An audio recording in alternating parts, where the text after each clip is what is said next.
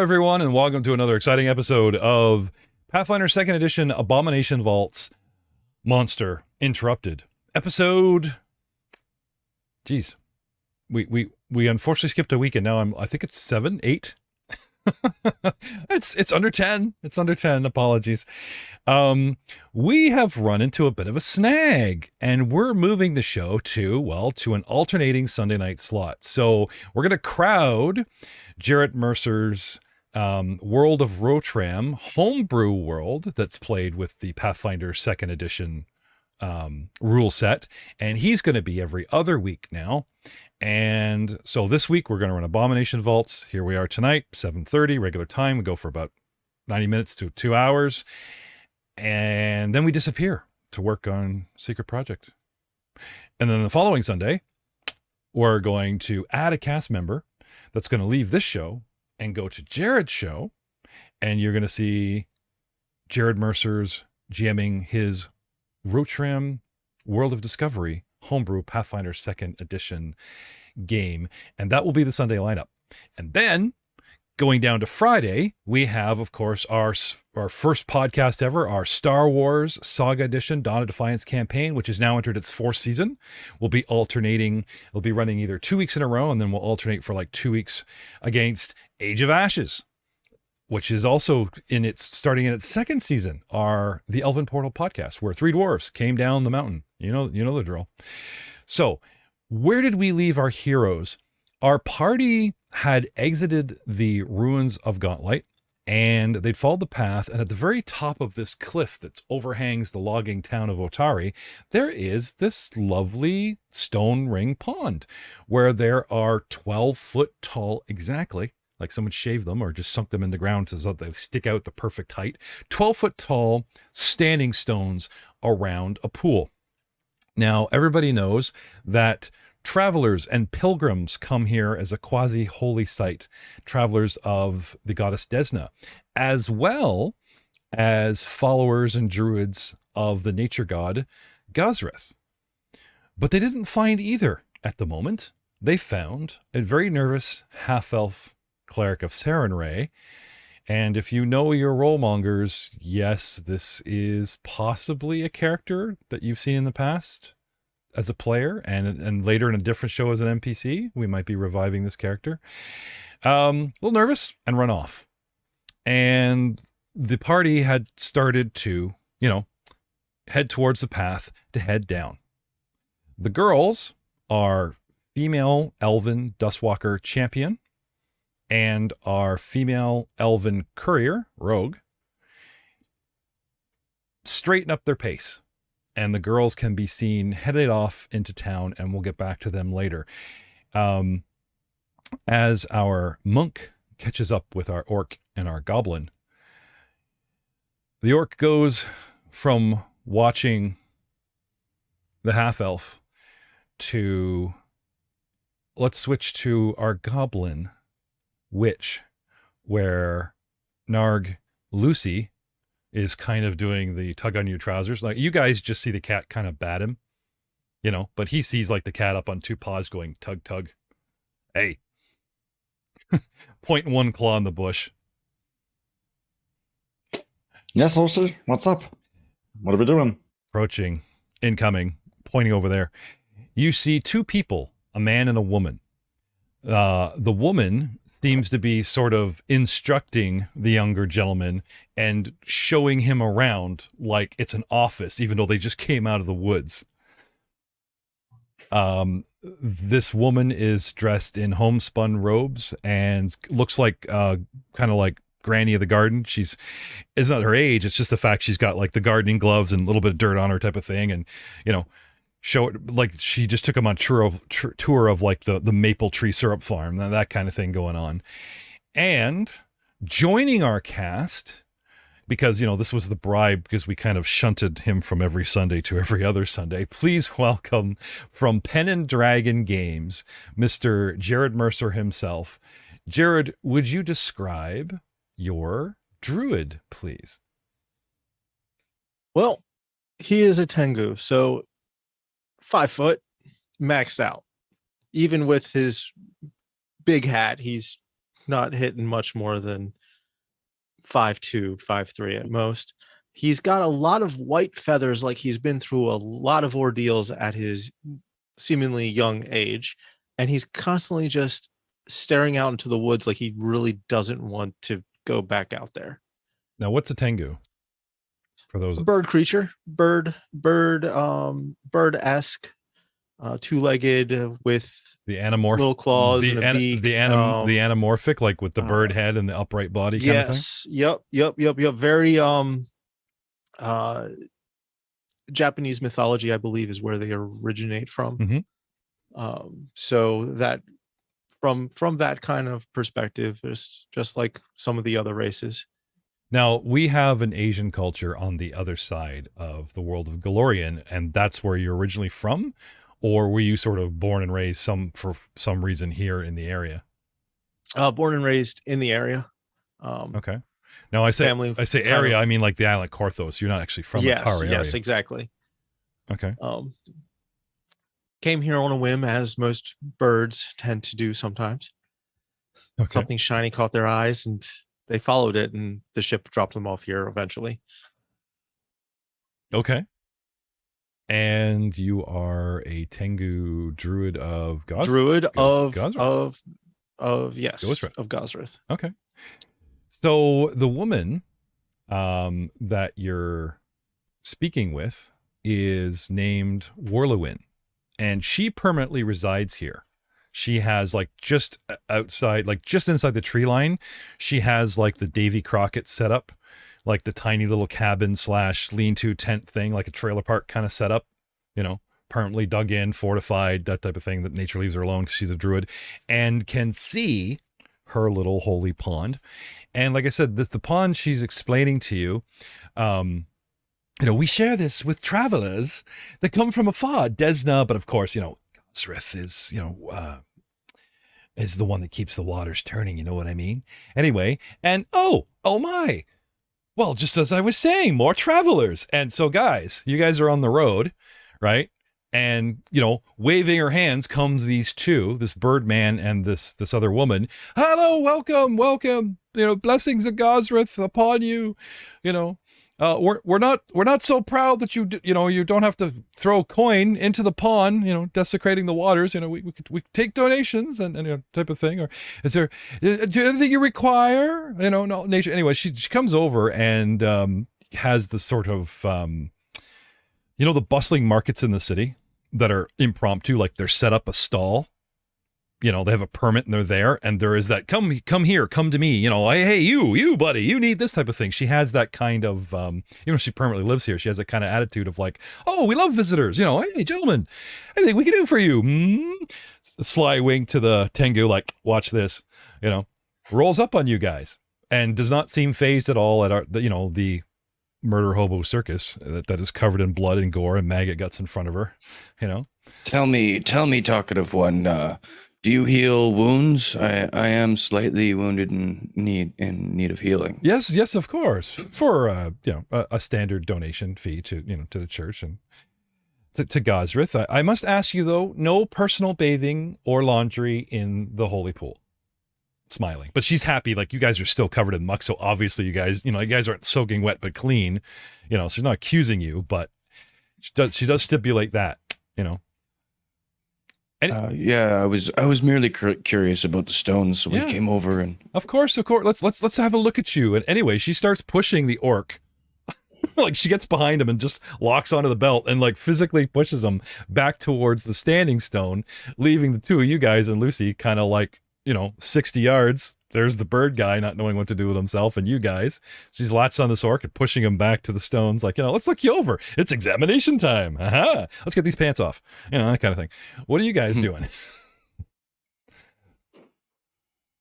I'm staring above their heads like super hard, trying to see if there's something maybe floating above there. Like, I'm really like, and sort of holding on to my spear really tightly, kind of just like, okay. He looks out. Did any of you follow a bright object here? Or do you have an inkling of chasing bright objects? Because if you do not stay over there. I'm You I have a stay there. cat. My cat likes sparkly things, but didn't chase it to you guys. Yeah, speaking of okay. Lucy, a giant bird comes out of the bush, and Lucy's just like head down, ears down, like cool. we can take him. And then the bird guy gets apprehensive and starts going on about willowy lights and holding the spear, like, don't come any closer. And the cat's like, Lucy goes even lower. Can we take him? We can take him. Let's go. What did you say your name was again, Birdman? You actually are being pushed towards said ring. With Whirlywin. How bad are your wounds? Like, what kind of? I am at like 7 HP out of 25. Okay, so a medicine check. You sit your butt down for 10 minutes. She starts working on you. Okay. Now, while you're sitting there getting stitched and whatever, and of course she's going to expect payment. You're within. You need me to roll medicine? No, she's doing it. But I'm saying, like, while she's got you being a patient, kind of sitting there now bored, looking over, you see this going on, and you are within distance, sure. So he calls out to you. What is your name? Do you want to give it? I whip around and I'm like, me? My name? You want? Yeah, you with the feathers. I look behind me and like really look at the other party members to make sure that there is no possibility that he's actually talking about me. And I take in what I'm seeing for the first time. Like, I'm now actually looking at them. So what am I? What is this party that I'm looking at? How do they look? I mean, you called them murder hobos, so are they actually like literally covered in blood right now? No, but they are messed up, like they've been, doing something. It's mostly our own blood, not anyone else's. So let's start with the cat. This little black cat is eyeballing you next to a goblin. Troy, would you describe your character? I was gonna say, I bet your Cognul's clothes are a bit torn up from the wasp bites. Oh yeah, those giant flies totally roll him. You guys have seen battle, Well, for me, you'll see a little like 3.5 foot tall goblin wearing kind of a coverall, like a hooded cape on him, and kind of covered up, trying to kind of hide most of his appearance. And the cat Lucy is kind of by my side, and I like to talk to the cat a lot. You've noticed that already. Have you got Lucifer there? Well, when he picks up, literally picks up the cat, because he actually has a black cat. She's in the room. She's in the room, but she's on the window. Okay, never mind. And he's got this big fluffy black cat. Next to the goblin, we have a dwarf. Oh, the dwarf. Yeah. What do you look like? That would be me. Yeah. I'm just sort of standing off to the side, doing a little bit of kata, practicing, so you have just under 5 feet tall, top knot, big old beard. It's got a few little red streaks in it. And I'm just very calmly doing my little martial arts practicing, kind of paying attention to everything that's going on, but not really seeming like I'm paying attention. That's a DM thing. I might be doing my Tai Chi, but DM, I'm totally aware of everything. Absolutely. Uh-huh. I think the pool helps with those jitters, sir. That is it. Are you going to feathers? Right. I guess it's me. You're asking my name. Okay. And your new boss has pushed a massive, not half orc, but full on orc, big tusks, big hammer, and sat him down like he was a 5-year-old. Give him a lollipop. He's like, ooh.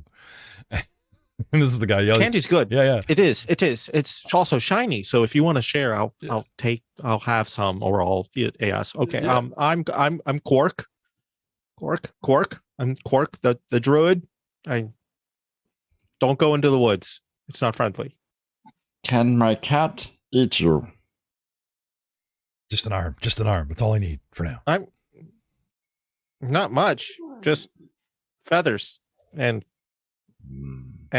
feathers. Why would? Sorry, no. I've already been trying to be eaten by floaty object white things. I'm looking up at the sky, out in the woods. Biting. Fine, later. Matt, would you describe the orc, please?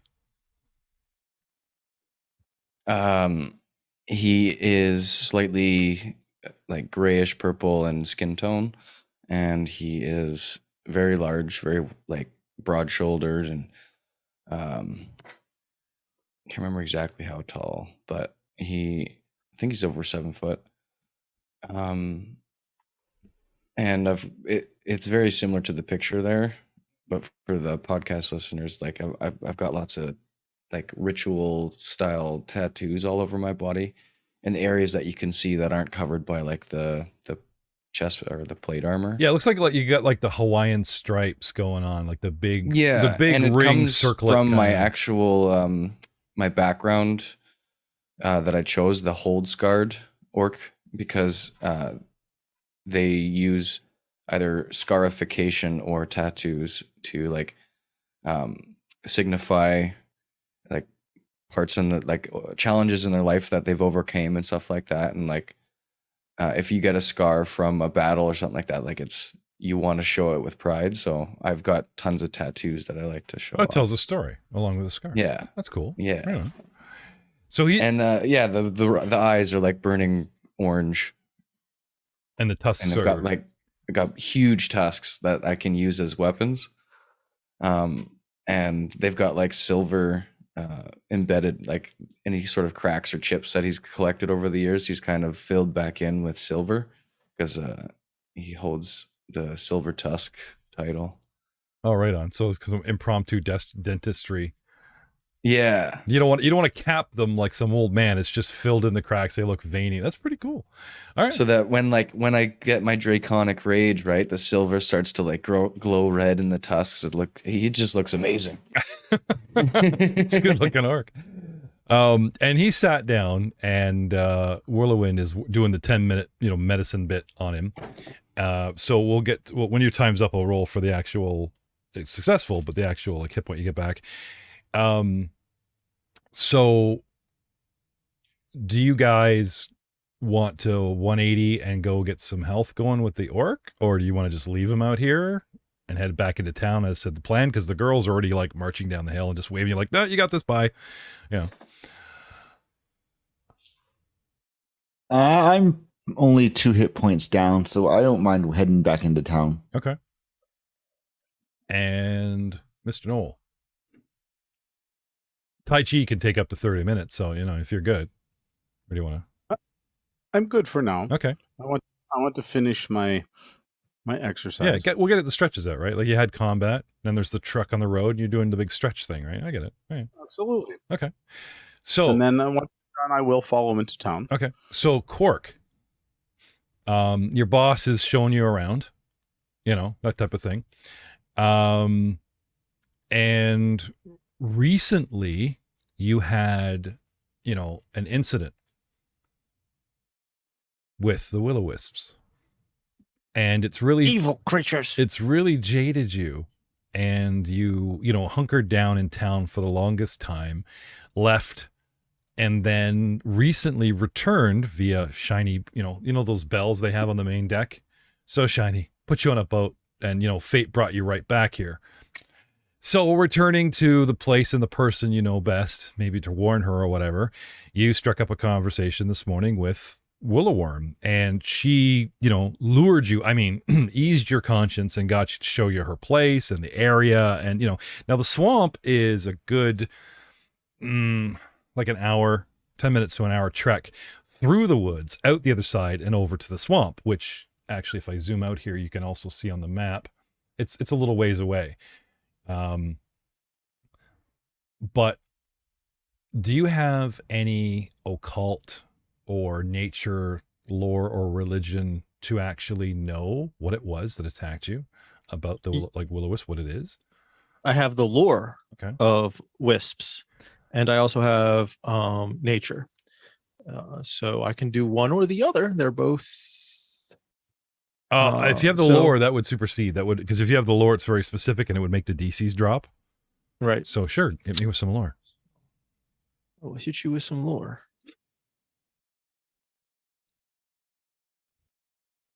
And that did not roll on where I needed to. Lovely. Now this episode gives me a chance to dial back, go to the beginning, and dig a little bit into some of you guys' backgrounds as you interact with the civilians and the urban environment. Because not a lot of those backgrounds became relevant when you guys were kicking indoors and taking names. Not yet, anyway. What'd you get? 23. 23. Okay. Natural 20. All right. So, like, anything you want to spout, I'll give you first crack if you want to start educating these guys, as opposed to just the DM going blah, blah, blah with the card about will-o-wisps. Anyway, so Quark, your boss is busy. A couple travelers have stuck around. She's attending to one. Perhaps you should attend to the other? Okay. I'm going to look at him closely. Okay. This was the one that was doing the funny dance, right? Yeah, the stretching and the dwarf. He seems to be very focused on his feet and the way they move. Okay. And it's very mesmerizing. And is that a shiny belt loop or? Ooh, and then do you need help, sir? Are you hurt? You look hurt. No normal man move like that. You must be hurt. Here, let me heal you. You're leaning a bit heavy there. Need you back off the mic. Let me heal you. You look hurt. You must be hurt. No normal man dance like that. Must be hurt. Starts checking your head. Yes. Looking for the obvious head wound that's, caused him to be dizzy and, Not necessary, my good man. No, sit now. Oh, I am well, thank you. It's cool because as you're like, not only is he mesmerizing you with his movements, as you like try to reach to tend him, he just kind of sways out of the way without seeming to be bothered that you're like encroaching upon his personal space.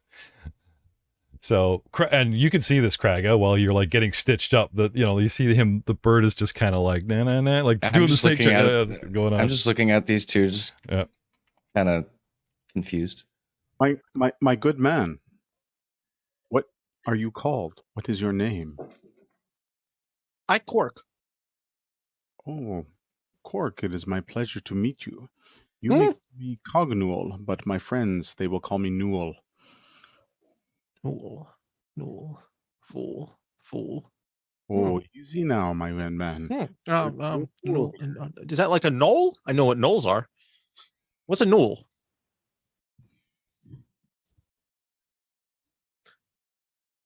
Okay.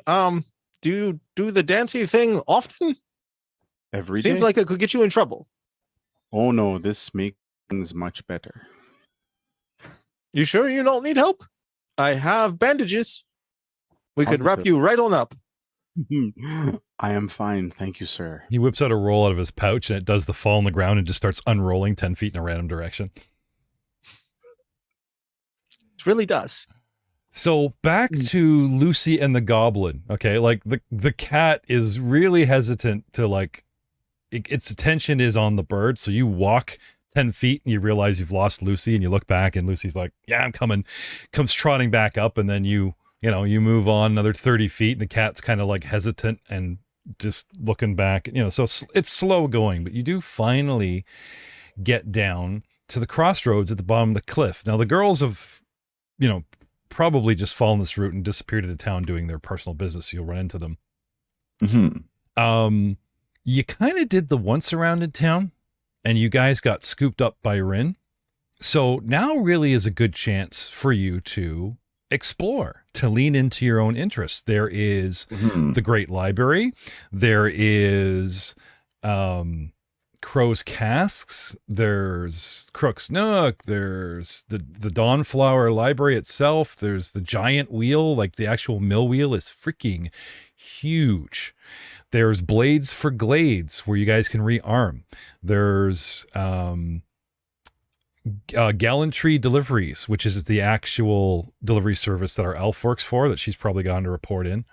Like there's lots to be seen and had, lots of people, and we kind of like shoved you guys along to the boss and went off you go into the dungeon, get things rolling. But I'd like to tone it down a little bit and let you sort of immerse yourself.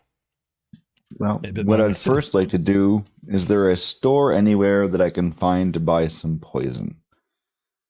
I have a blow dart gun. I only had the darts, and I figured they didn't do much, so let's go find some poison. Yeah, actually, I would go with Rin's Wonders, where you got the job. The Stargazer, she constantly called Bella Luna Belladonna. And if anybody has some, say, apothecary interest items, to keep it above board across the counter, then it would be her. And she might even over there then. Yeah, she might even have something a little bit more interesting. So you make your way over, and her setup is actually quite interesting, which we kind of skipped in the intro. Rin's Wonder, the curio shop itself bears no sign, but all the locals know it as Rin Wonders. It is a place to marvel at whatever strange new trinkets and offerings his equally strange owner might have occurred. The structure itself consists of a ring of what appears to be small standing stones arranged in a 60-foot diameter circle, surrounding a 15-foot high dome with wooden beams covered with triangular pieces of canvas, kind of like an unpacked gypsy caravan kind of setup. Lucy goes over and starts tapping on the stone, and it clinks like wood, and you realize that the stones have been painted and they're actually wooden. They're not really stones. Okay. The area between the central dome and the surrounding circle is a collection of other dome-shaped tents, which are open and they are full of wares. And right now, there's Bella Luna, who beats you here, talking with Rin, and an odd customer just kind of wandering around, smiling, nodding, like, I don't need your help, Miss Rin. I'm just looking at what you got that's new, kind of thing. Ah, another returns. Anyway, she doesn't approach you. She's with Bella Luna, but she notes you at the entrance. Hello. Be with you in a moment. So what do you want to do? I'm gonna look around. Do I see, are all of her wares kind of available, or do I have to ask her kind of what I'm looking for? I just like to look for like a simple basic poison I can dip my darts into. Okay, so you start wandering around the tents, trying to figure out where the more apothecary items are, and you do find one.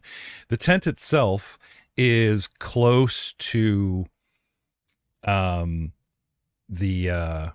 actual inside structure.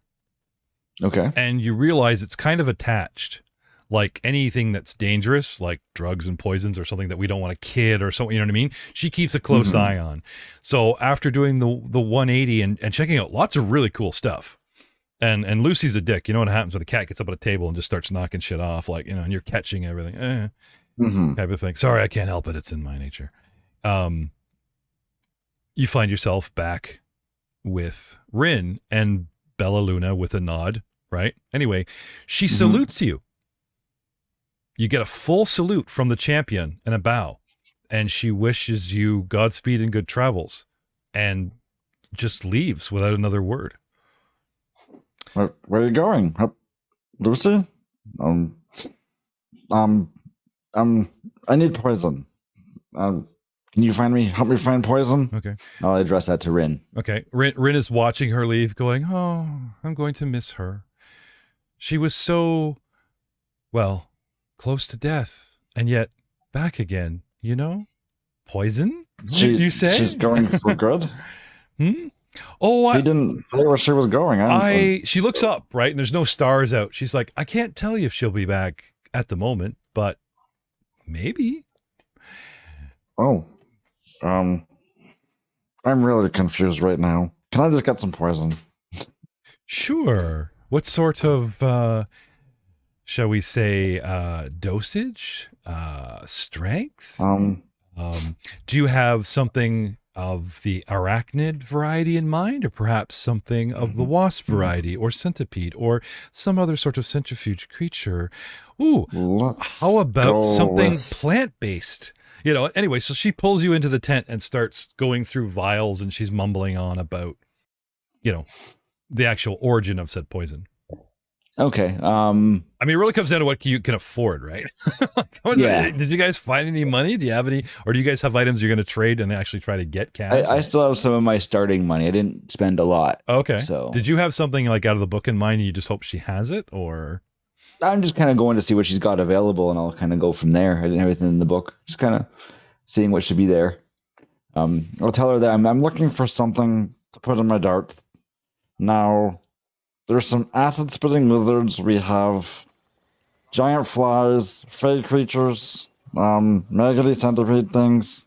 What helps on all those? Let me see.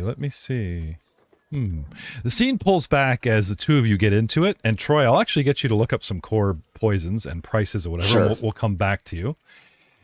Which brings us back to Kraga and your hit point gain. And I have some very, very nice.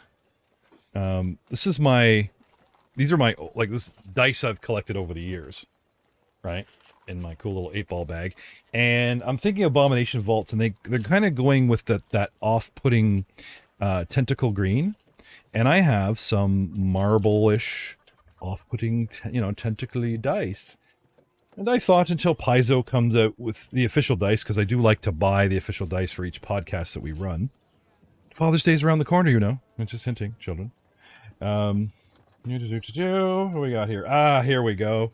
Some sickly loose green with blood red numbers for hit point gain. Perfect. 5 points for you. And another 10, because 4d8 is the critical success, I believe. So 15 points, sir. How you doing now? Indeed. How are you feeling?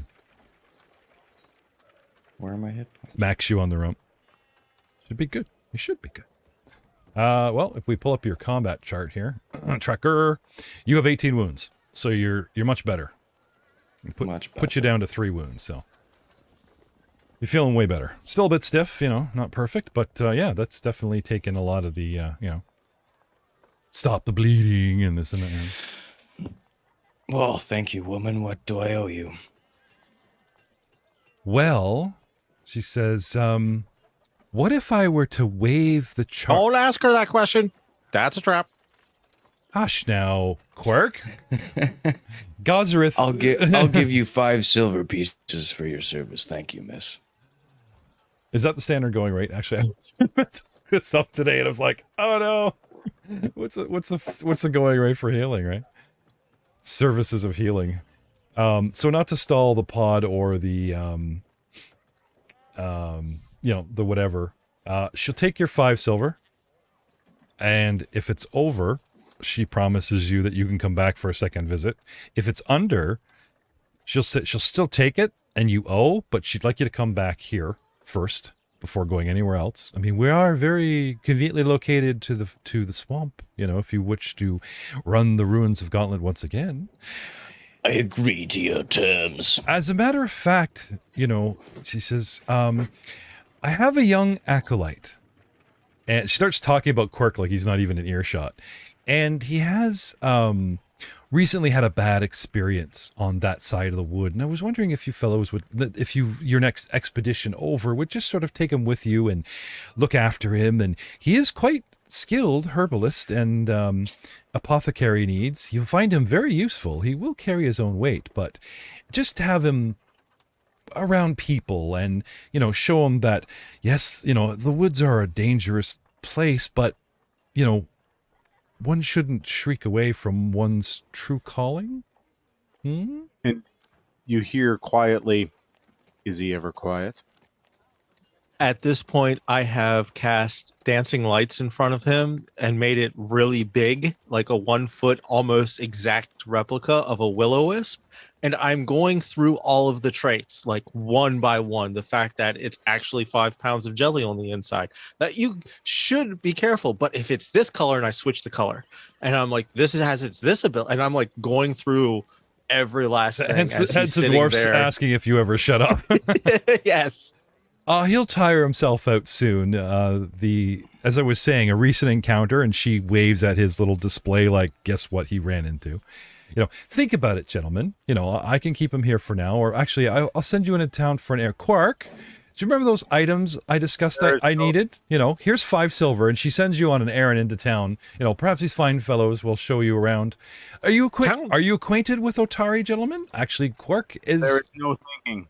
There's no what? There is no thinking. We will take him. Oh, okay.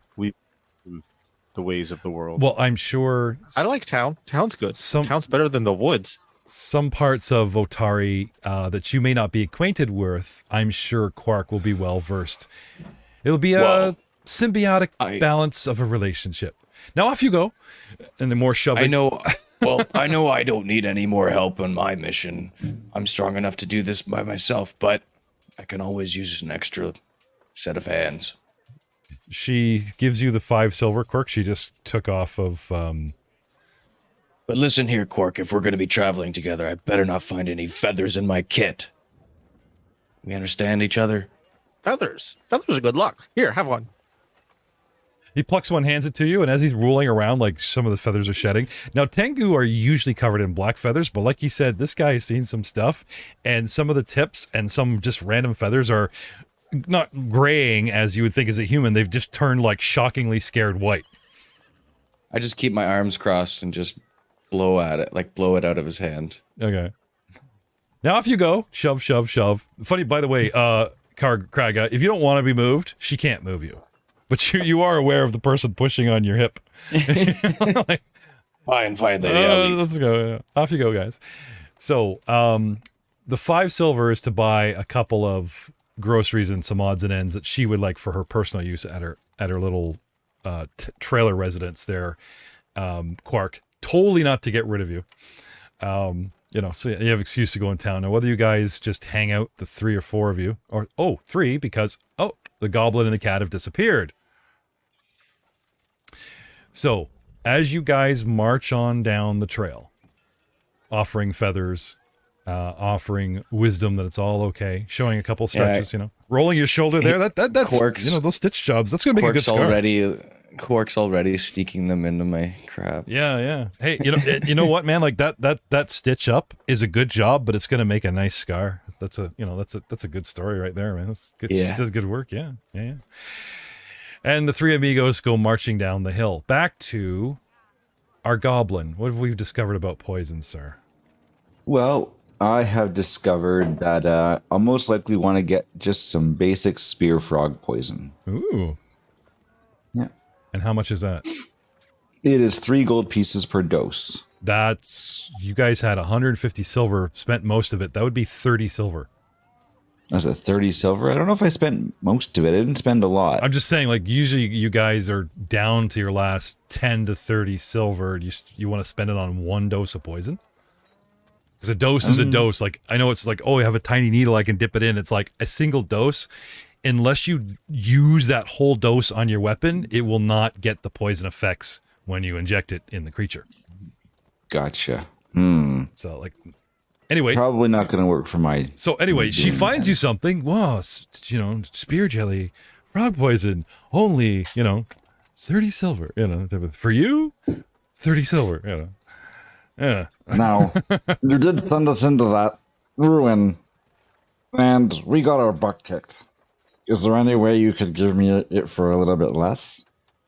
A discount? Well, let me see. Very well. I will trade you a fey arm. I have an arm from a fey creature. I do need a minor task that does need doing. It might separate you from your companions for a short while, but not too long. I'm sure you could catch up with them if they decide to return. Where are your companions? No. I don't know. I'm sure. I saw Bellaluna go that way, but everyone else, I don't know. Oh, I know they're fine. I mean, I did not see their demise in the stars. But they were talking to some Healy woman and a bird out by the pond. Oh, Whirlwind. Yes, the druid. She says, smiling condescendingly, like, oh, yes, we get along fine. Well, she leans in and describes a task that is basically going to take you from the party for a short while Troy goes on vacation, you bastard, and keep his character busy, for a session. They're dropping like flies.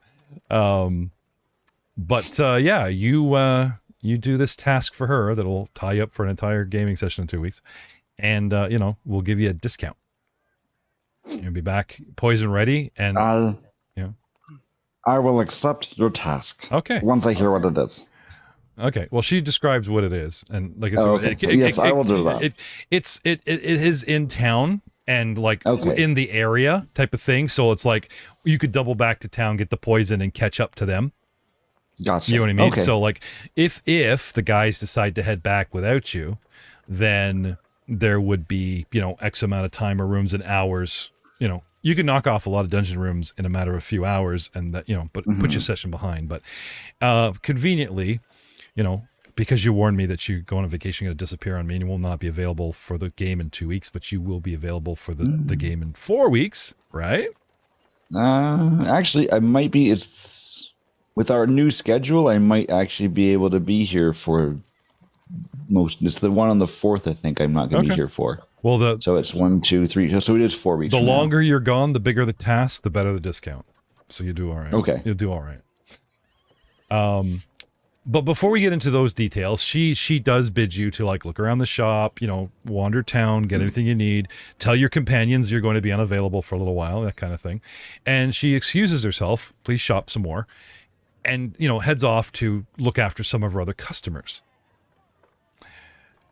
So, coming down to the crossroads, gentlemen, and let me just scroll my map here into the logging community, bustling town of Otari itself. So many choices, so many places you guys could go. One of you's gotten healed. Is anyone else badly wounded? Is healing on our mind for anyone else here? Well, if I'm going to leave, I'm going to try to find and catch up to my companion since she's left me for now, and then okay. I'll kind of fill in the wind. But I'm only short on 2 hit points, so I don't know if I'll really need a lot of healing. All right. I'm gonna cheat a little bit here, but only because our dwarf stated that he's been bumming around town for quite a while, and our orc actually knows someone in town personally.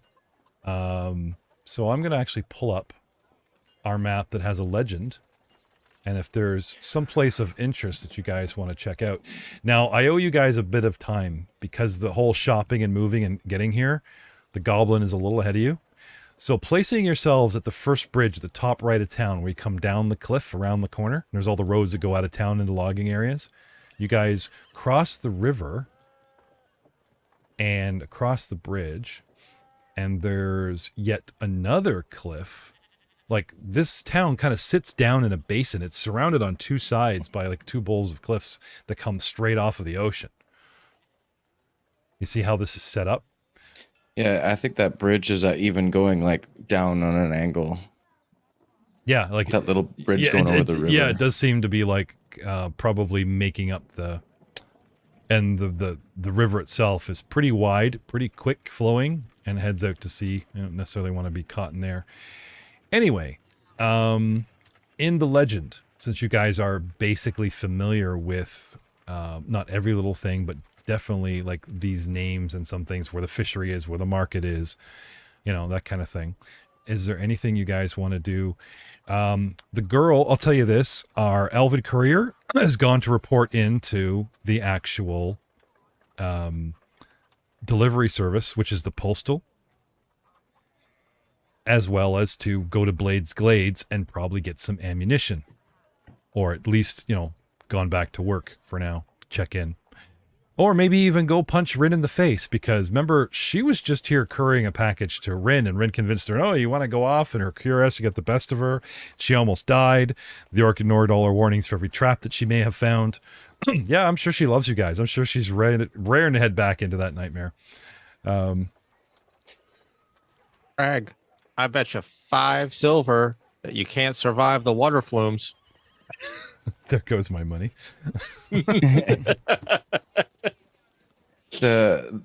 What was that? The water what? Giant water slides. I bet you're not orc enough to ride down them. 5 silver. 5 silver. Cork, please. Been there, done that. Really? That was day one. Really? He got off the ship and just ran up the flume. met Sergeant Longsaddle, you know, hey, you kids. Well, you're not a kid. Now, If you wanted to really try it, we'll go there together sometime. there's a massive structure on the east side of town that looks like a channel river, but it actually is a log flume because they cut the lumber way up in the woods. They put it on this, looks like a giant east trough, fill it with water, and send the logs down floating on the water. Now, people know the log flume ride at Ontario Place and stuff where they have, like, you know, people sit in it, but it actually is based on an ancient low-tech technique of building sort of like an ancient Greek aqueduct out of wood and sending water down it and floating your logs literally down this man-made river, and then they'd get caught down at the bottom at the actual mill to be sawed or processed or, you know, whatever. Simple but ingenious. Yes.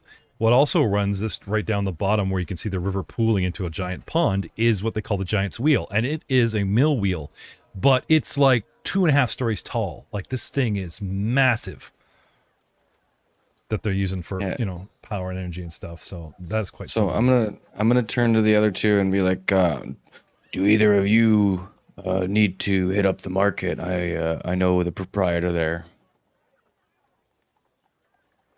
I mean, I've got 5 silver, but I got full bags. She grabbed me on my way back into town. You were supposed to go to the market and get her something.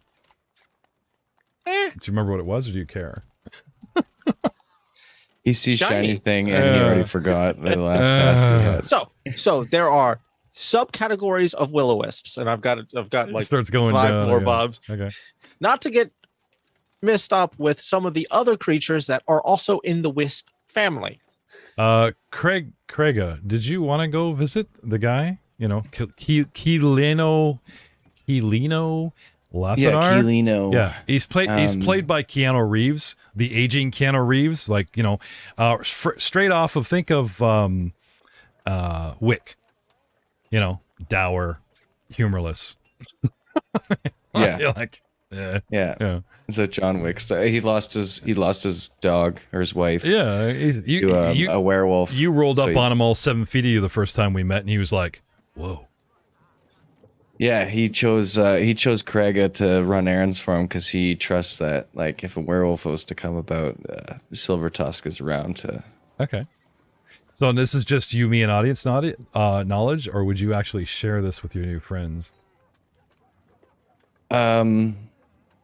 Yeah, Because he lost his wife, right? I'm not just gonna share it with them openly, like, but it's not like something I'm gonna keep secret if they ask about the market and like want to know more. My thought about was, the guy I like, know, you I have a said. neighbor that's lost a loved one, and it's a touchy subject. You might want to warn them off.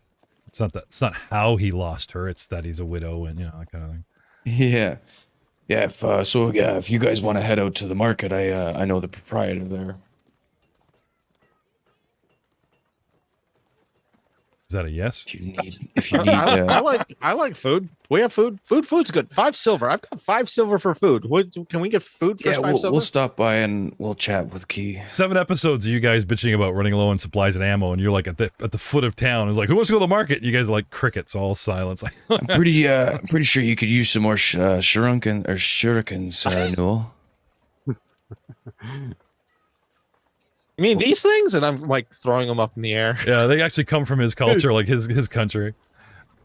Now, Yeah, really. Now your parents are from Absalon, so you were like born and raised on the Isle of Korthos in Absalon, and then traveled the wider world, but more like into the hills, mountains, and valleys and forests of like Korthos. Have you actually ever left Korthos Isle, Cork?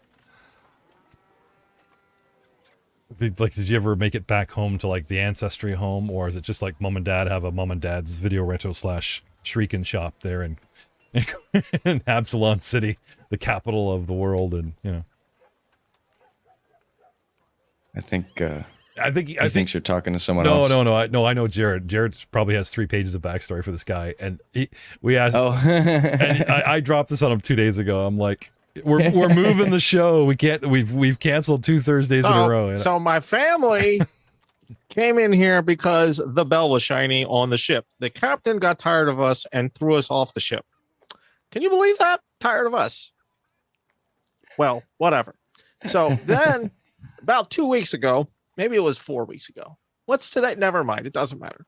I was out in the swamp looking for shiny things or gold or fighting monster. I don't know. Yeah. Madam Druid told me to go do something, so I went to go do something. Then that's when I saw the will-o-wisp. Let me tell you, don't ever stare into those things. You see the light, you go towards the darkness. Do not stare at it, especially do not follow it. That's dangerous. You hear me? Dangerous. So then I packed this bag right here, looking for a ship, and lo and behold, the Druid found out. 4 times now, she's found out. I don't know how she does it. I'm really, really stealthy. By the way, I don't have a stealth check at all. So this is just me pretending that I'm really, really stealthy.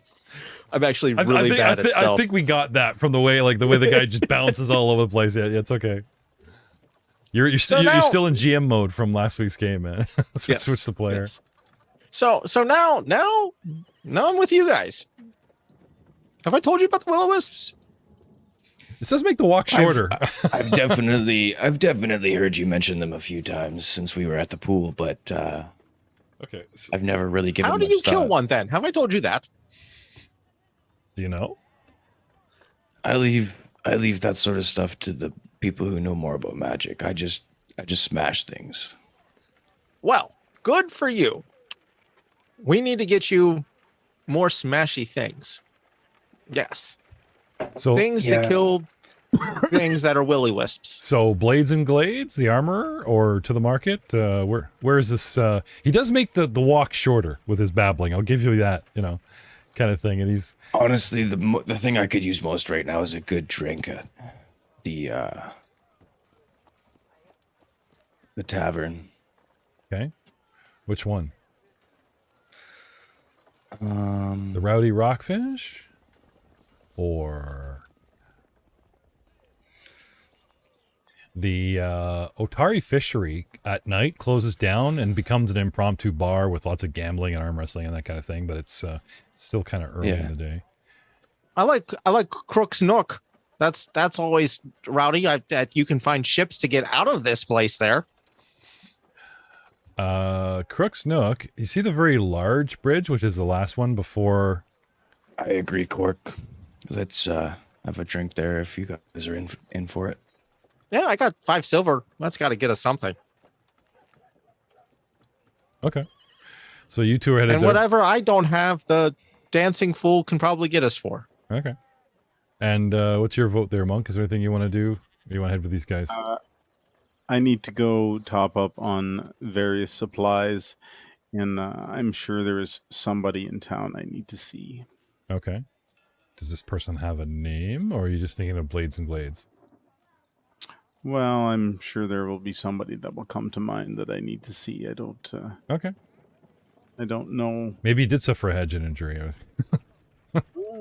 One never knows. But first, I would like to top up my supplies, and okay. Maybe I will run into somebody on the way there. All right. I would like to make sure which establishment my fellow companions are going to, so that I can. Right. So as I was saying, the large bridge on the very bottom of town where Levin, the Crook's Nook is built into the bridge itself. The giant 11 actually covers the building, but halfway across the bridge is an actual building, which is the Crook's Nook. It's rather clever, really. So, will you be attending? Yeah, that's where they're going. All right. So you, sir, on your way to get some supplies to the market or for weapons at Blades and Glades? Weapons, please. Okay. So, Blades and Glades. It is a smithy, and it specializes in construction of saws and axes. I mean, it's a lumbering town full of lumberjacks, right? However, and other tools, and lumbering change. However, the current owner, you know to be a bitter man named Carmen Rajini. He boasts of being one descendant from one of the Otari's founders all the time.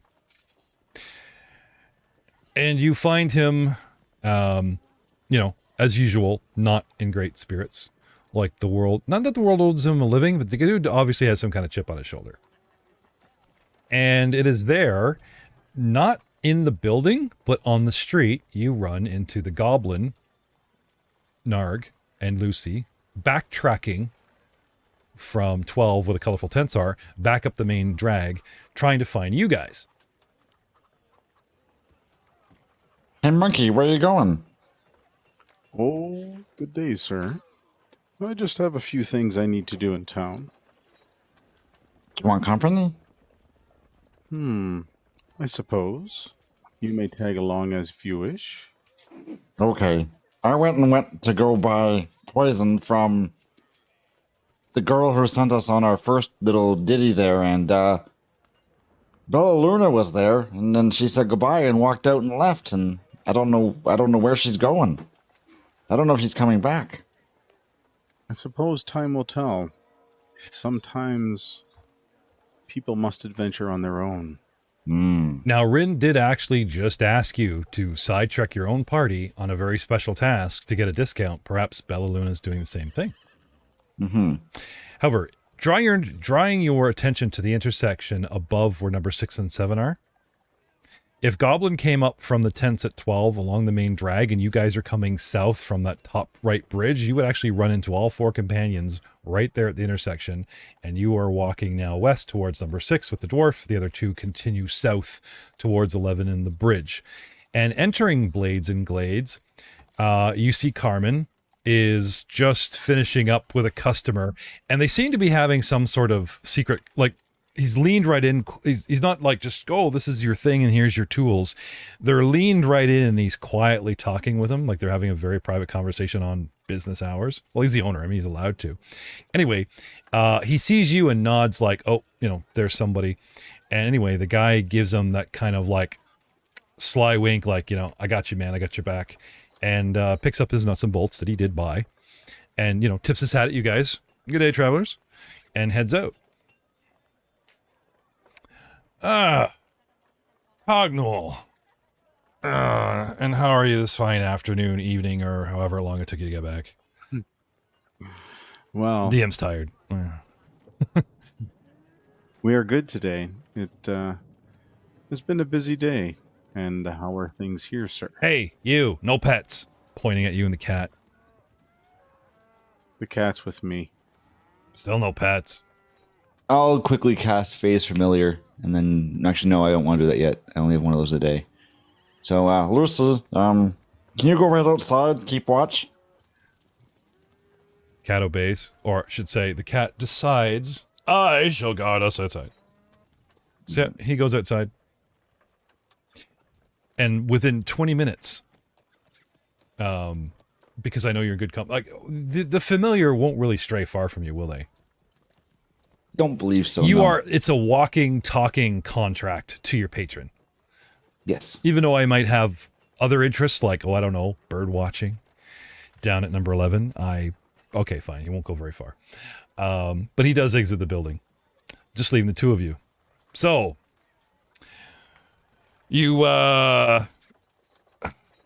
decided to actually buy something, a real weapon, because he knows you're like, he doesn't know you're a monk, but he knows that you like have your sort of boxing, kung fu and a couple of throwy, you know what I mean? Like, you don't swing a weapon. You are the weapon. So every time you show up, he doesn't think you're going to make any money off of you. You're like, nope, just sharpen these for me.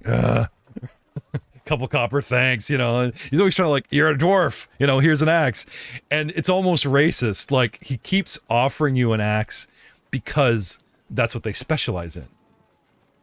But it seems kind of racist because he's going with the trope going, you're a dwarf, you sure you don't want to buy an axe, Anyway. Well, Carmen, I am curious. Mm-hmm. Have you completed my brass knuckles yet? Ah, yes, the special order. Took a little longer than I thought, but you did ask to have, and he starts going on about like the core. They're brass, but they're like Nickelodeon core or whatever, you know what I mean, to make them heavier, that kind of thing. Like, the concept of like putting a roll of quarters in your fist to make the core of your own palm heavier for a hit, right? The same thing can be done with metal. If you take a thin strip of iron and place it and wrap it in a softer metal like brass, it would make the heart of these brass knuckles heavier. So, being a master tradesman, he's come up with this idea of, some kind of core metal, but it, made it more expensive and yada yada, and took him longer to do. But yep. Anyway, he reaches under and he pulls a key from around his neck, and you hear him fiddling with a heavy lockbox. Sorts around, you can hear some coins rattling. There we go. And he says, "Do you have the other half of the payment ready?" What do brass knuckles go for in the core? That's a good question. Because he just made you masterwork brass knuckles, which probably aren't cheap. Remind me, good sir. Spiked gauntlets are 3 silver pieces. There should be brass knuckles. We should be able to pull this like right out of the items right in Fantasy Grounds. Let me see. Yeah, that's what I was looking for. I actually picked something off the top of my head. What's that? Looks like they cost 1 gold piece for brass knuckles. Yeah. So that's like regular. If he was to mastercraft these, right, it would be like 300 silver, right? But I don't think he's a master craftsman. He's just homebrewed. You know what I mean?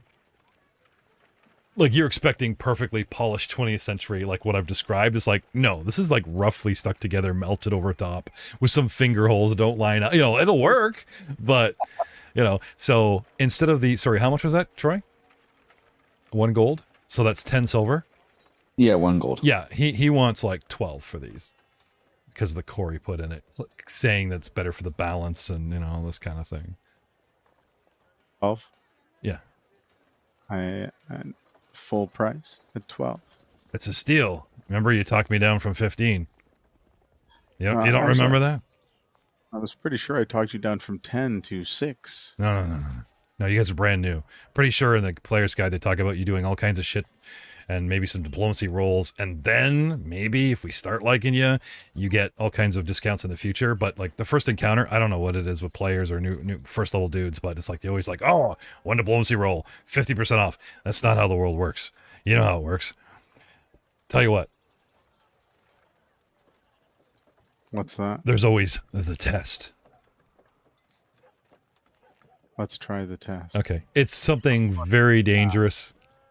Like if you get like how backwood guys always have that, like if you can balance a thing and check on your such and such, and if you could balance on 2 blades of axes without cutting your feet, or like it's some crazy, wives' tale thing that like legendary Bob can do it, and it's conceivable enough that people, especially drunk hicks, would try to do and probably injure themselves, but not kill themselves, right? I'm game. All right. Well, there's always the nail bed. He's got like this bed of nails that can lie on, and I'm gonna break a cinder block over your stomach while you're laying under some crap. So before we decide, Yeah. I passed the test. We call it even.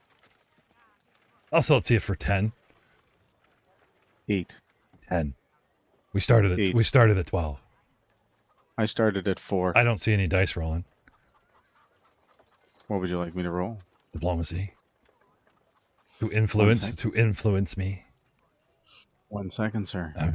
Oh, of course. How about intimidation? Can I roll that? Sure. Let's intimidate the crusty old guy. But, the problem with intimidation is it's short-term game, long-term pissy people later. And like, That's all right. I'll go for it. I got a 14. All right. So you want to intimidate him into lowering the price of... Yeah. Okay. So let's hear the threat. Oh, now you want me to think. Oh, come on, dude. You're this calm, it's all good monk, and you're like intimidation. It's like, How tall is this guy? it's your regular size dude. Monkey, show him your gorillas. Show him your pound your fists. He's got a good man. Okay. So that's what I'm going to do. I'm going to pop a gorilla stance, and I'm going to stand back, and I'm going to beat my chest. and slam my fist as hard as I can. On the counter? Yes. Okay. All right. Let's see here. What do we got? Carmen, yada yada yada. What is my level? Blah blah blah. There we go. Willpower. Yanny. Okay, with a 14. Yes, sir. Okay, so you great display, 14, right? Smash his counter. Now it's 15 because you're gonna pay for replacing that. Fail, but not a critical fail. Where he'd throw you out of his shop and never deal with you again. But yeah, DC's a little higher than 14, dude. You just piss him off, and now he wants, like, you're not getting the knuckles, and you're not getting your half your money back, blah blah blah, because I'm gonna take that out of you replacing my mahogany counter. That's all right. It's worth a try. No, Besides- oh sure, yeah, definitely. So Good times. In turn, I'm going to give him 16, Okay. and I'm going to ask him, Carmen, what's the word around town? Any information? We've talked about this before. You know how I feel that this town needs a change in its leadership. Maybe we can do something about that. Well, I'm not ready to start any rumors about, who should replace the mayor, but I've been here a while, and you've been here for a good 18 months or more now. Surely you've seen how things are run between the garrison and that. It all goes up the food chain, and I'm just saying that perhaps our mayor, who's doing as good as he can, perhaps someone a little bit more, I don't know, experience. Anyway, for now, he takes the money. He says, lots forgiven, and he scoops it into his, pocket. And As he's scooping it in, I want to lean over really, really close and whisper in his ear. okay. Carmen, you're still the good man that you've always been. This show's for my buddy here. All right. Anyway, places the brass knuckles. Slides them across the counter. I don't say he does. I'm just saying from the goblin's perspective, as he says something back to you, because you have great big dwarven ears, it almost looks like the man kisses his cheek, Troy. I'm not saying that happened. I'm just saying from your short perspective, from those big floppy ears. As he turns in, he's like, I know. I miss you. Anyway, slides the knuckles across the counter, takes your money. Hmm. And what about you, got your short? stuff, Marky? What about you, short stack? I'm just here for company. Kind of got all I need to think. Of course you Wish are. you got some sort of blow dart that does more damage. Oh, I think something can be arranged. A nail has 101 uses, even as a weapon. I've been working on this thing. I call it and he holds up this crazy contraption with like brass air compression and all this, like completely unwieldy as a weapon. Of course, he probably thinks it as a tool. I call it the nail chucker, right? And anyway, he holds it up and he pulls loose one of the compression pipes, and like steam and stuff starts falling out once. Ah, damn it. It's a work in progress. He shoves it back onto the counter. How much? What, for this? Yeah.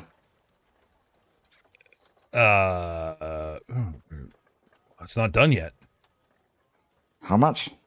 Oh, all right. Anyways, hang on a second. Anyway, so he starts digging in his lockbox, and he starts going through like notes about costs and materials, right?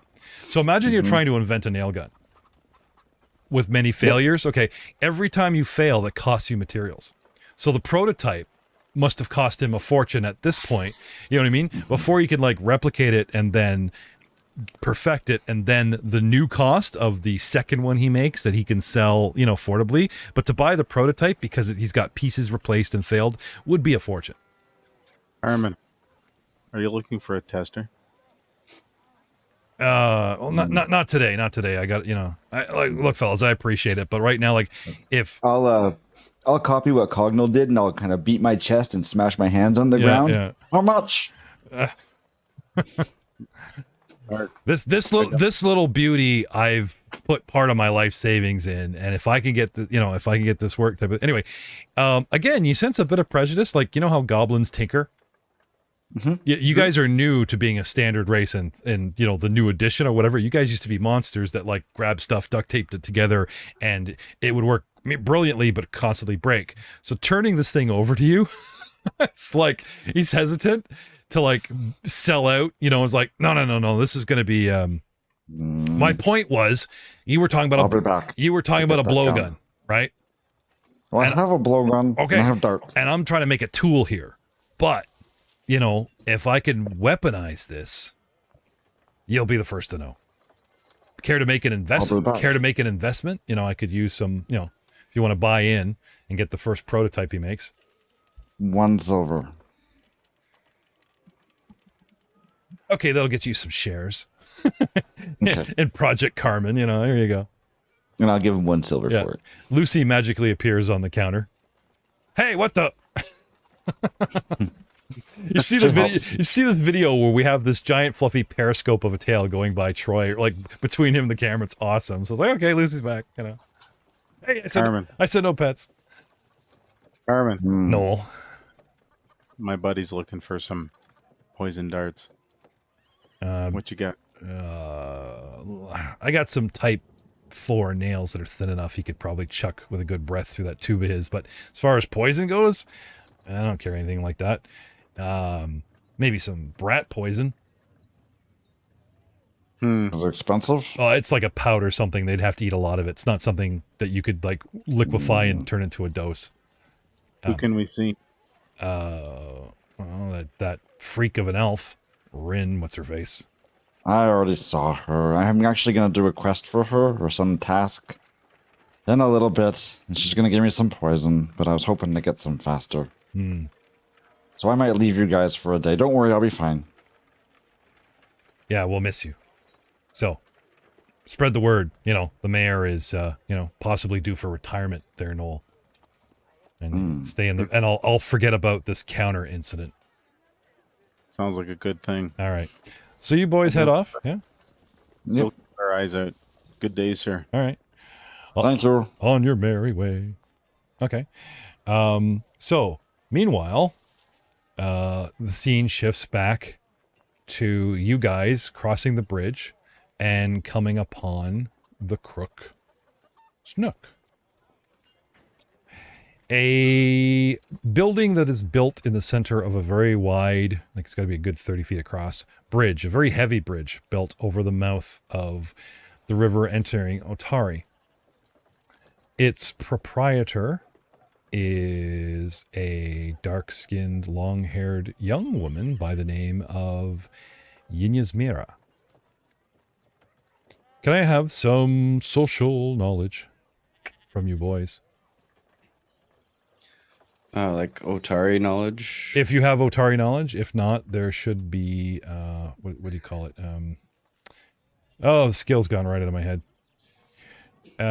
Society. Thank you, Ooh, society. I got a 22 for lower Otari. I got a whopping 8. You're not there.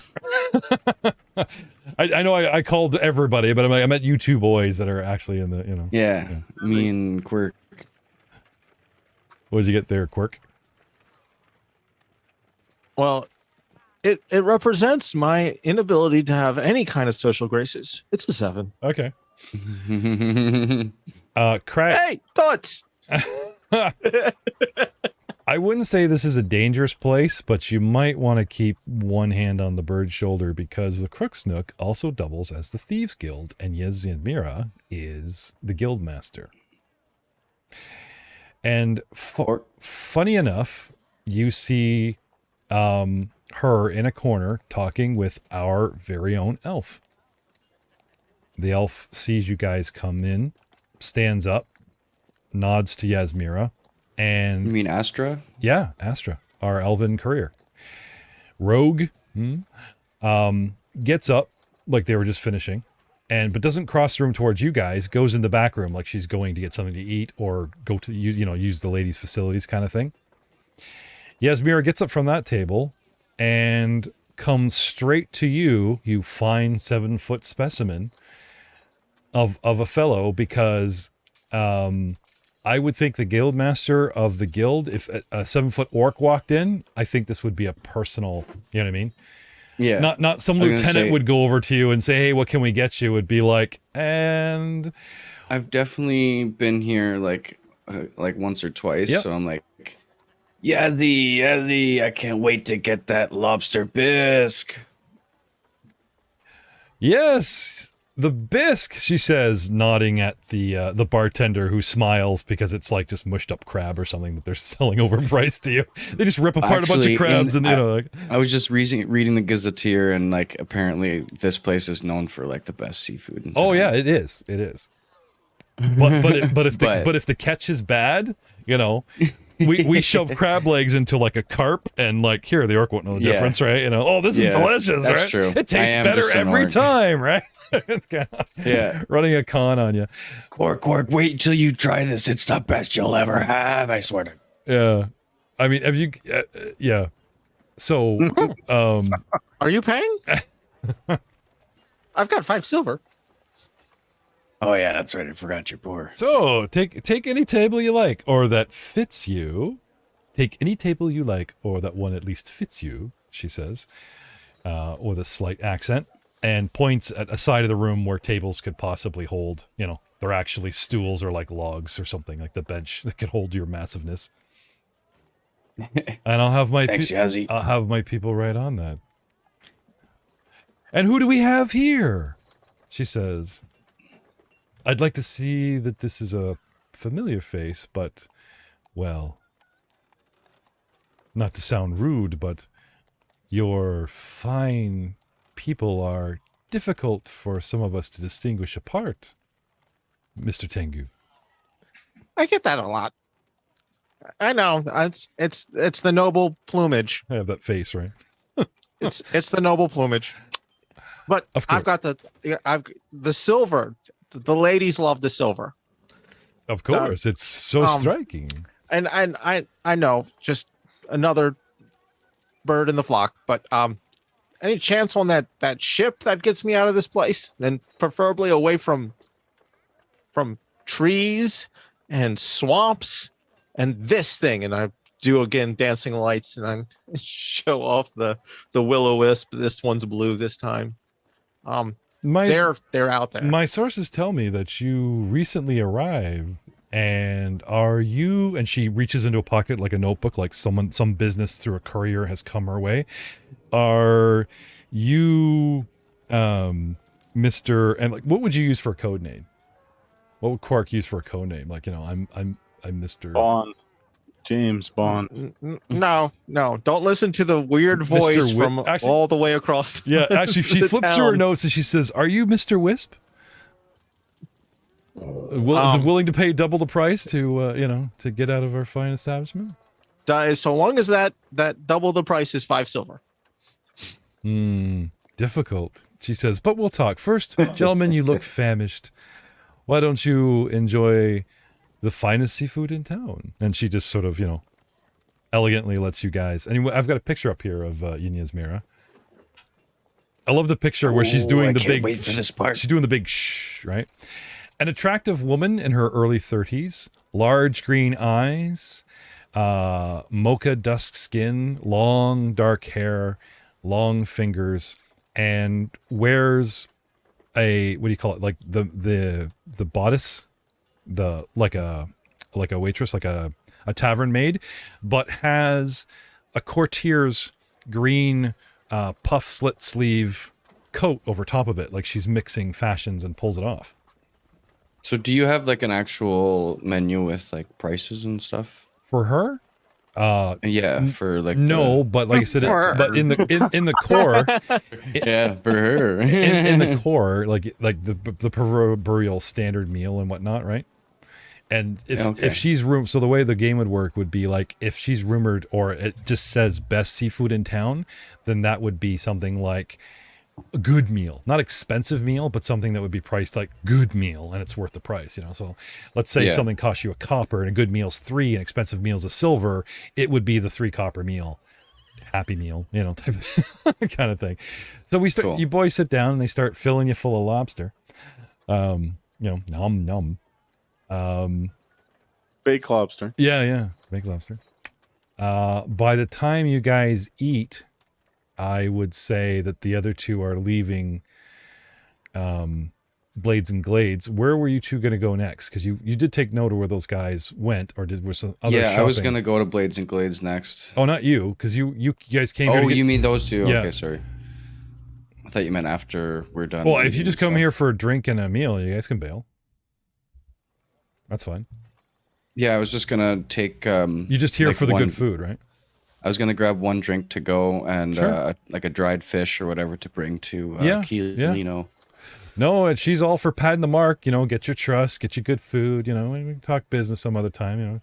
Get you all friendly. Like, sure, feed you, great meal, pat the chest, you're awesome, type of thing. Send you on your way, and you guys are heading back up the street, and you come to these guys leaving Blades and Glades. Now, again, did you two want to track them back to the crooks because you said you want to know where they went, or was there somewhere else you wanted to go?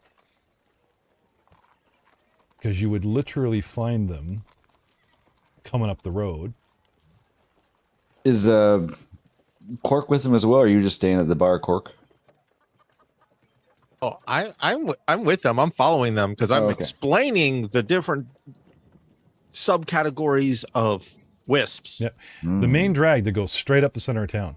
By the time these guys reach near number 9 there, you guys have hooked around 6 and coming straight down, headed towards the Crook's Nook, and you run into them on the street. You guys are hungry. They're looking for weapons. You guys could pass in the night if you wanted to. Right out front of the Farmers Guild. Monkey, where do you want to go? I've already done my shopping. I don't have enough money. Well, you want to make money, there is that task if you want to, say goodbye here and head to Rin's. I'll hang out with my friends for now. Okay. It's not urgent. All right. So you guys run smack into each other in the middle of the street right in front of the Farmers Guild. These guys look well drunk and well fed.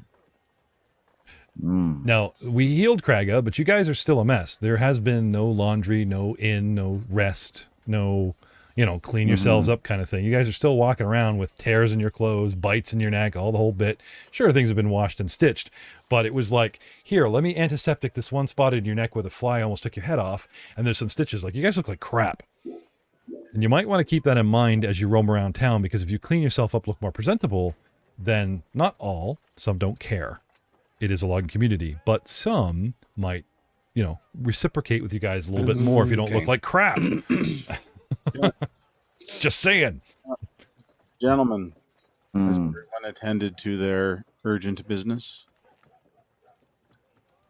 Yeah, on second thought, I don't need to visit the blade shop. I've got all the weapons I need.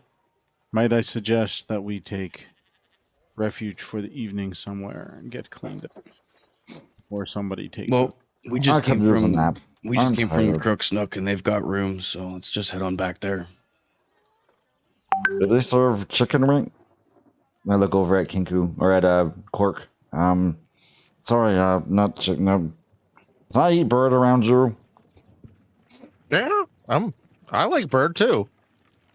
And cat. And horrified look at the bird. Whoa, you are an interesting one, aren't you? Oh, Cannibal. Not a vegetarian. He just only eats meat, Okay. right? It's crazy. It would be a racist It's nap stereotype if time. all he ate were seeds or whatever. How dare you? All right? No, I'm with Jared on this. I sure ate meat. I mean, you do you. Yeah, That's, there that's you go. none of my business. Oh, I want to take a nap. I could do some sleep. Birds tired. birds on the It's been coast. a long day. Birds on the coast eat fish. So you do, that was some good fish. But you're not opposed to a little poultry? Is that what you're saying? Catfish. I love me some catfish. Lucy just shivers at the thought of that. Right? Oh.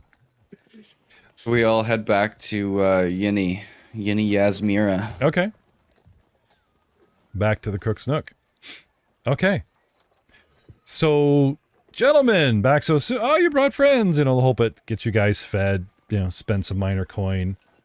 These stinky fellas need some room, board, and they're paying. especially the one with the dancing problem. And if you can find us somebody that can give this man some answers about these damn will-o-wisps, and it might shut him up. Okay. I've been to the library. We've got a good library. Now, again, not trying to play stereotypes, but one of the reasons why Quark contacted Yasmira was because the name of the Thieves Guild is called the Osprey Club. Yeah, that's right. I'm an honorary member. They even gave me a feather. It cost me the last of my, but it was worth it.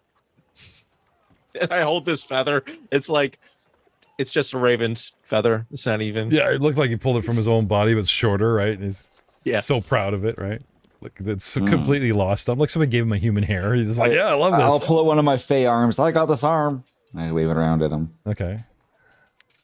Gentlemen, Is it shiny? We do not It's gory. It's pulled from a dead creature. we do not partake in cannibalism here at the Crook's Nook, gentlemen. You'll have to leave that outside. She says, but she welcomes you guys, and of course, rooms and in the middle of the night. But she does ask you 2 questions.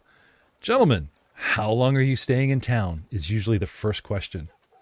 Now, the dwarf's been here for a month, so I think she knows, or do you plan on leaving? Hey, you're still here. Good to see you. Like a leading question, like, oh, are you trying to get rid of me? Or just like, oh, you're still here. Because he knows you guys aren't permanent residents. You guys always pay for, those that have been here for a little while. Kraga's been here a little bit. And the dwarf that claims he knows everyone. We shall see. So the goblin and our Tengu are somewhat new faces. So she would ask you directly, welcome. Best seafood in town, and are you gentlemen staying in town long? Long. I'll be around. Is that like days, hours? Well, I Hours? understand you. If I go and come back, does that, like, if I leave for a day then come back again? I'm confused. Well, I'll be here in town, around town. I might camp, but I'll be around. okay. Good to know, she says. And of course, we have group rates, family meals, that type of thing. We don't judge. Now, she does know that you're booking passage or looking to book passage on a ship, right? Right. But it's kind of a, well, if you can't afford the ship, then maybe you're going to get a caravan and hit the road kind of thing. So the question, even though is kind of still relevant for you. Anyway, you guys spend the night, and we'll take money out of your character later. We'll look it all up. Get cleaned up, right? Clean your clothes, sharpen your weapons, all that kind of thing, right? Meditate, reset our spells, Yeah, etc. the whole bit. Would we go back to like max HP or? Having a full night's rest, there is a certain based on your level, but we'll get to that. Probably in the next session. Late in the evening, when you guys are a little in your cups and well fed and resting or whatever, our courier tracks back around and apologizes, but they are swamped, and she won't be returning with you guys to the dungeon anytime soon. She's still in town doing her day job, but can't rejoin the party anytime soon. And Great, and there no, goes the second elf. Now we have no more elves. She does not know where Bellaluna went and does not know what secret mission Rin sent her on. You mentioned Rin's name, and she's a little stiff mention of that name because it's Rin that talked her into going. Anyway, best of luck, guys. And maybe because you guys fought and bled together, right? She leans in and gives you a bit of advice and tells you, right? If you guys aren't, like going to live here or settle here, right? If you guys are like about to leave or whatever, don't tell Yasmira. Just saying. And best of luck, guys, and I'll catch you on the flip side type of thing. And she goes back to being a post office worker. I'm sure it's very exciting. Is it better than FedEx? Not allowed to name the brand. They're always watching. And we will see you all next time in 2 weeks here on Sunday night around 7:30. We will live stream our next episode of Monster Interrupted. Say goodnight, Quark. Night. Caca.